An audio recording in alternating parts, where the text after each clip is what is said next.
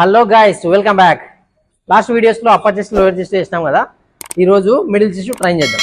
First work out వచ్చేసి flat bench press. చూద్దాం ఎట్లా చేద్దామో చూద్దాం. పొజిషన్. ఇంకో విషయం ఏమంటే మనకు upper chest middle chest workouts అన్ని కొంచెం యాజ్ యూజువల్ సేమ్ ఉంటాయి. ఏమంటే యాంగిల్ చేంజ్ అవుతుంది అనమాట. అప్పర్ చెస్ట్లో కొంచెం బెంచ్ అనేది అప్ ఉంటుంది, ఇంక్లైన్డ్. ఇది ఫ్లాట్ ఉంటుంది. ఇందులో సేమ్ పొజిషన్ కరెక్ట్ తీసుకొని ఇక్కడ నుంచి ఇక్కడ గ్యాప్ రావాలన్నమాట. ఈ గ్యాప్ రావాలా, చెస్ట్ అప్, ఇక్కడ నుంచి పొజిషన్ అప్ పిక్ చేసుకొని ఇక్కడ నుంచి స్లో డౌన్ టచ్ అవ్వాలా చెస్ట్ దగ్గరికి. Breathe out, up, slow down, up, breathe in, breathe out, breathe in, breathe out.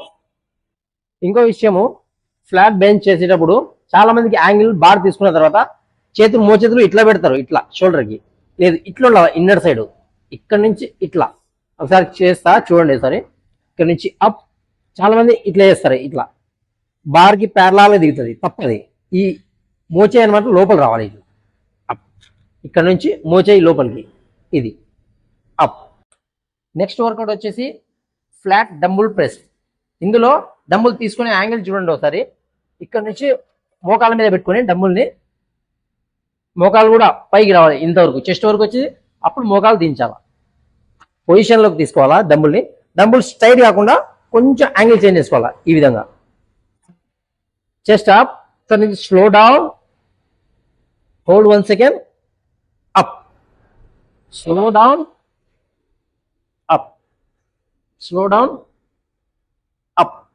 అయిపోయిన తర్వాత డంబుల్ పొజిషన్ ఎట్లయితే తీసుకున్నామో అట్లే సేమ్ మోకాలు పైకెత్తి మోకాల మీద హోల్డ్ చేసి డౌన్. ఇది పొజిషన్. అనదర్ వర్కౌట్ వచ్చేసి డంబుల్ ఫ్లై. డంబుల్ పైకి తీసుకొని సేమ్ చెస్ట్ అప్, ఇక్కడ నుంచి డంబుల్ తీసుకొని fly, slow down, maximum stretch అవ్వాలి, up, slow down, stretch, up. పైన డంబుల్ టచ్ చేయకూడదు, ఇక్కడ గ్యాప్ ఉండాలన్నమాట. Slow down, stretch, up.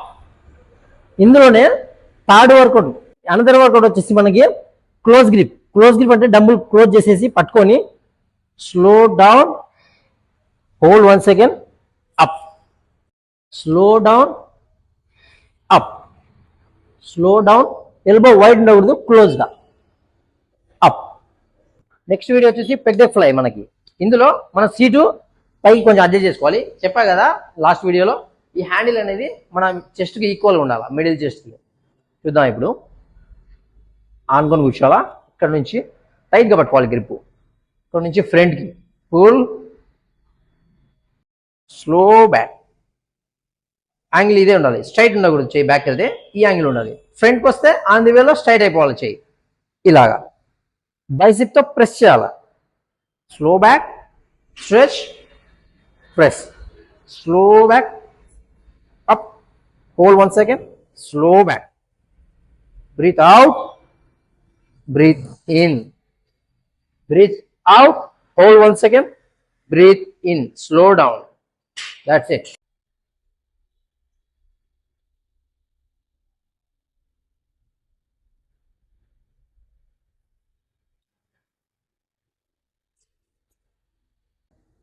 Middle chest లో లాస్ట్ వర్కౌట్ వచ్చేసి మనకి కేబుల్ క్రాస్ ఓవర్లో కేబుల్ ఫ్లై.